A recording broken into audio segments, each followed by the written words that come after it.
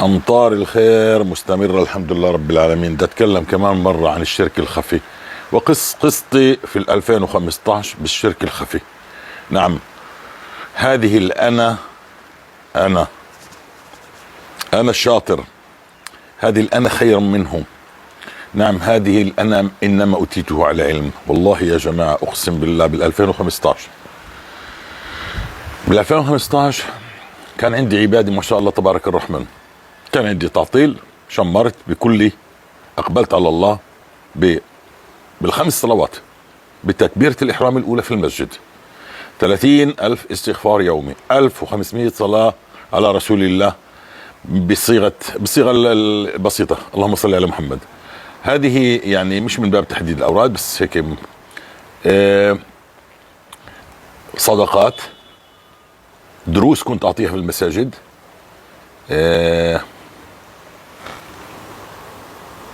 نعم دروس كنت أعطيها في المساجد، 13 ركعة من قيام الليل. وفتنا على رمضان لأنه كان الأمر برمضان، يعني 20 ركعة من قيام الليل. صيام اثنين وخميس كنت قبل رمضان، طبعا ونحن صايمين في رمضان. فكل هذا عندما أعطيت درس في 28 و29 من رمضان، الشباب سألوني يعني من أين لك هذا أبو محمد؟ هذا يعني كلام طيب كبير، ماذا الذي أقوله؟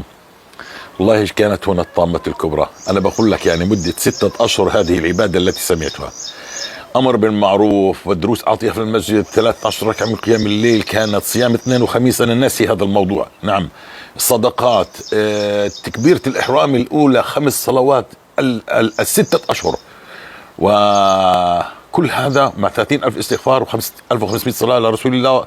كل هذا عندما قلت اجتهادي، والله يا جماعة الله هدم عزيمتي كلها مباشرة، مش تاني يوم ولا ثالث يوم، مباشرة ذهب مني، تبخر مني 30,000 استغفار و1500 صلاة على رسول الله. والدروس التي كنت أعطيها، الدرس الذي جهزته لألقيه يعني أخذ مني 3 أشهر بعد ذلك. كل يوم كنت أجهز درس لألقيه، ذهب مني ولم ألقيه. وسبحان الله، كل هذا الذي بينته لكم أذهبه الله. جماعة، هذه الأمور تغضي بالله، إنك تنسب فضل الله عليك لنفسك، فهذا ما يفعل الله بعذابكم إن شكرتم وآمنتم. الشكر هو أن تنسب فضل الله عليك لله، تنسب فضل الله عليك لله وليس لغير الله. إذا شفاك الله عن طريق طبيب فتقول الله الشافي، مش والله الطبيب. أينما تجلس الطبيب جزاه الله خير. الطبيب سبب، الدواء سبب. نعم، تنبطح تحت الأقدام عند أصحاب المناصب لعلهم يعطيك منصب معين، هذا يغضب بالله، وهذا سيريك الله كيف أنك لن تتوفق في هذا. يعني ستعمل ولكن ما في ناتج، ما في شيء، إلى الخلف سر. أنا أبين لك شو معنى هذا الشرك الخفي. الشرك الخفي هو إنك أنت يعني الذي يحدث الآن حولنا. ماذا يحدث حولنا؟ تتهم الأمم المتحدة، تتهم الولايات المتحدة، تتهم هذه الدول. أين الله يا أخي؟ الله سلطهم علينا يا أخي. الله التفت إلى الله. المولى عز وجل يقول: يا عبادي كلكم جائع إلا من استطعمني فاستطعموني أطعمكم. ونحن نقول: أين هيئة الأمم؟ أين العرب؟ أين فلان؟ أين علان؟ هذا يغضب الله، وسيزداد الحصار حصارا. عندما تسأل غير الله سيزداد الحصار حصارا. والله إنهم كلهم سلطهم الله علينا، إن كانت الأمراض، إن كانت الأمم، إن كانت الأسحار، إن كانت الديون، إن كانت الهموم. ليش؟ لأننا لربما نظن إننا نعبد الله بشطرتنا.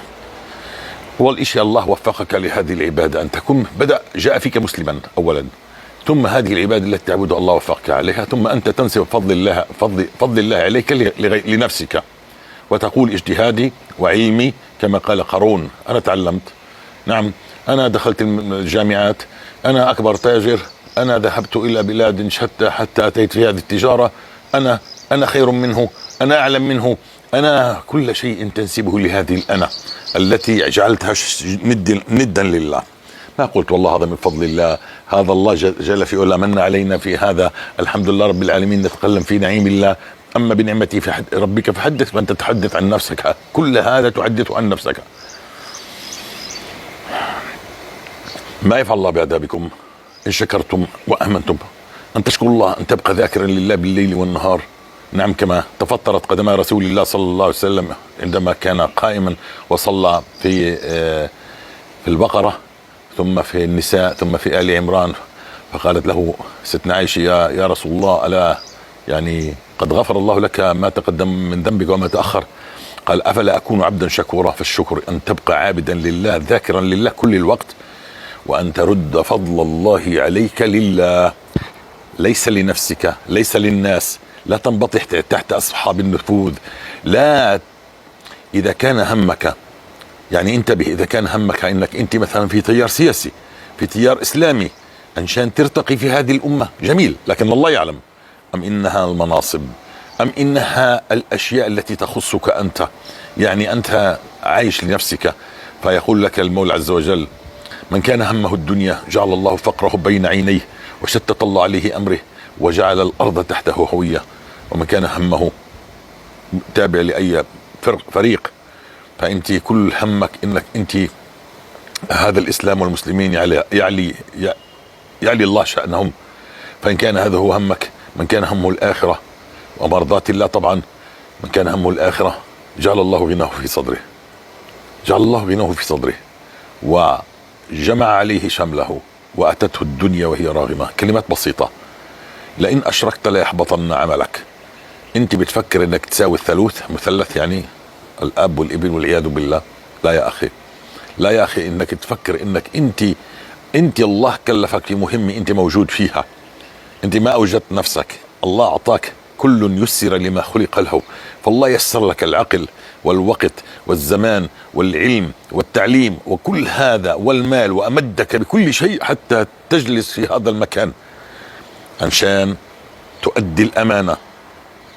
وهنا تكون العمل عبادة. هنا يكون العمل عبادة، مش جئت لتأكل الدنيا وتبني العقارات وتأتي وتشتري الأراضي وتغش وتنصب وتكذب، كله عشان إيش؟ اتقوا الله جماعة، نتوب إلى الله، لا نشرك بالله، نعم، ونلزم الاستغفار. ما يفعل الله بعذابكم إن شكرتم وآمنتم. الشكر أن ترد فضل الله عليك لله وليس لغير الله. لا تسأل مع الله أحدا. لا تظن إن فلان الرئيس الفلاني لو قام من قبره لغير أحوالك. هذا شرك، هذا شرك. شو المشكلة؟ ذنوبنا. شو المشكلة إننا الأمم مسلطة علينا؟ الله سلطها، والله أقسم بالله الله سلطها. تكاد تتداعى عليكم الأمم كما تتداعى الأكلة على قصعتها. قالوا من قلة يومئذ نحن يا رسول الله؟ قال لا، يومئذ أنتم كثير لكنكم كغثاء السيل. ينزع. شوف من الذي ينزع، هم أم الله؟ ينزع الله المهابة من صدورهم منكم، بطل يخافك. من الذي فعل هذا الفعل؟ الله. وزرع في قلوبكم الوهن. قال وما الوهن يا رسول الله؟ قال حب الدنيا وكراهية الموت. نعم، نحن تخلينا عن القمم، عن القيم، نحن تخلينا عن الله جل في علاه. بدأنا ننسب فضل ما نحن فيه لأنفسنا، لقوتنا، لعلمنا، كما إنما أوتيتوا على علم قالها قارون. نعم، أنا خير منه قالها إبليس. ولئن أشركت، يقول المولى عز وجل، لا يحبطن عملك. فانتبه، أنت تشرك بالليل والنهار. أنت تشرك بالليل والنهار. فتوب وكن مدرك. ولسورة البقرة والله الدور الكبير جدا في انك تدرك كل كلمة تنطق بها. نعم، هي عقلك المدبر، هي البصيرة التي فوق النظر، البصيرة التي فوق النظر. سورة البقرة. بارك الله فيكم، جزاكم الله خير. انتبه لكلماتك، للسانك، انتبه لكل إن أحدكم لا يلقي بالكلمة لا يلقي لها بال تهوي به في نار جهنم من سخط الله 70 خريف. نعم، لربما أنت تشرك بالليل والنهار ولا تدري يا مسكين. والله كلمة بال 2015 أقسم بالله سألوني من أين، قلت لهم اجتهادي. والله كنت أتعب، أنا صراحة كنت أتعب كل الليل والنهار وأنا أجهز هذه الدروس وهذا، والله هكذا كلمة نطقت بها اجتهادي. والله اجتهدت يا جماعة، أهبط الله، ما ردت الفضل، والله هذا من فضل الله علي، هذا فتح من عند الله. انتبه، انتبه تقول انا، انتبه تقول اني انا افيق على صلاة الصبح، انتبه كل هذا. ادعو لاخوانك. جزاكم الله خير، بارك الله فيكم، حياكم الله. نعم، لازم نعرف كيف نتعامل مع الله، كيف نتعامل مع الله في كل صغيرة وكبيرة، ولا ننبطح تحت الأقدام عشان رزق قد كتبه الله لنا ونحن في بطون أمهاتنا، ومنعنا الله هذا الرزق بسبب ذنوبنا، ومنعنا الصحة بسبب ذنوبنا، ومنعنا التقدم والرفعة بسبب ذنوبنا، ومنع الأمة من التمكين بسبب هذه الذنوب وهذا الشرك. ولئن أشركتم لا يحبطن عملكم. والسلام عليكم ورحمة الله وبركاته.